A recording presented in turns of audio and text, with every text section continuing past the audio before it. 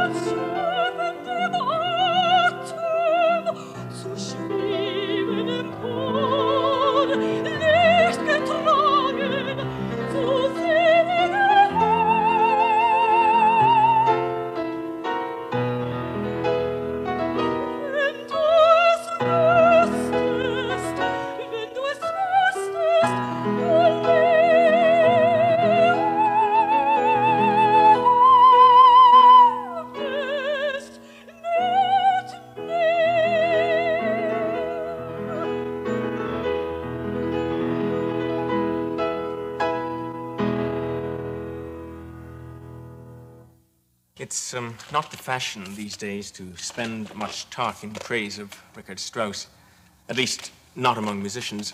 A lot of them simply consider him to have been a misfit, a survivor from the long-dead age of German Romanticism. In fact, an enormous embarrassment in the 20th century. Needless to say, I don't share this view about Strauss. I've always been addicted to his music the way some people are addicted to chocolate sundaes. I find it absolutely irresistible.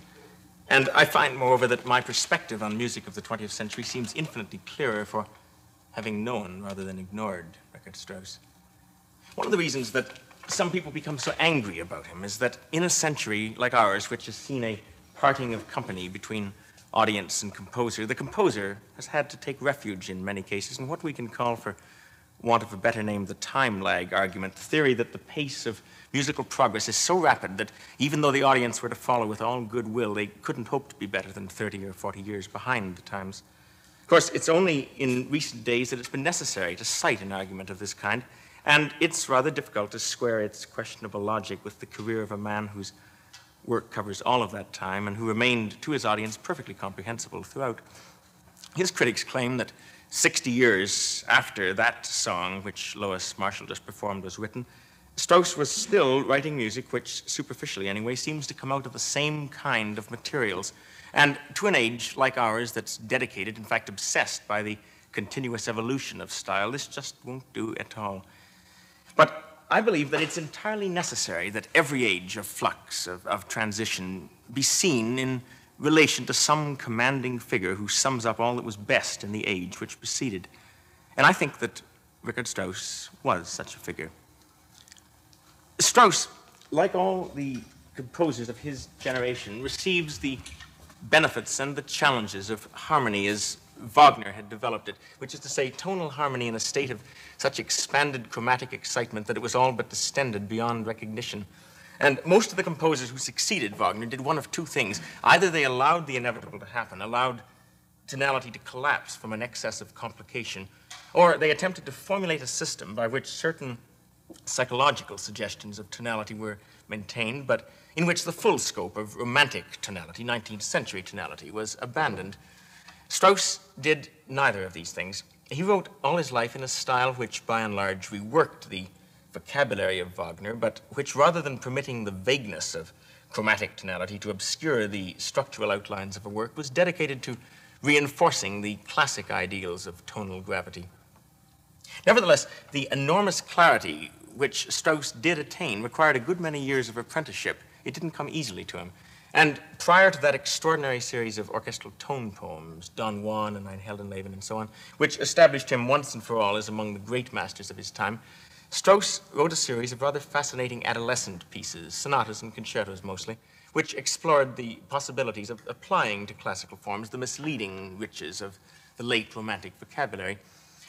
These fledgling pieces already show Strauss speaking his language of tonality with a good deal of assurance and with that peculiar, sharp Bavarian twang of his, but they also attest to the problems which he had to solve in order to give a strong sense of architectural reason to his music.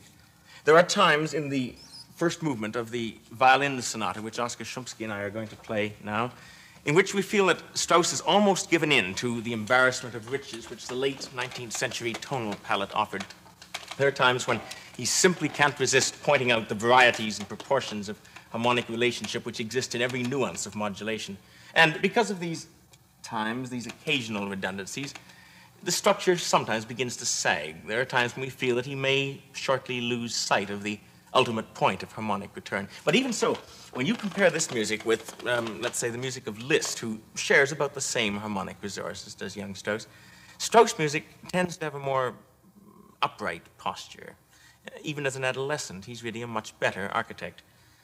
Part of this uprightness, I think, comes from the fact that Strauss is extremely fond of this sort of motive with which the Violin Sonata begins.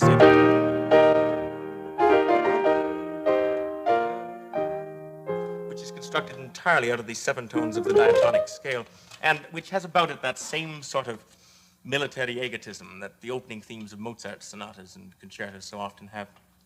Another thing which lends to this upright character of the structure is the pains that Strauss takes to ensure that the cadence points, the periods in his sentence structure, as it were, unmistakably articulated.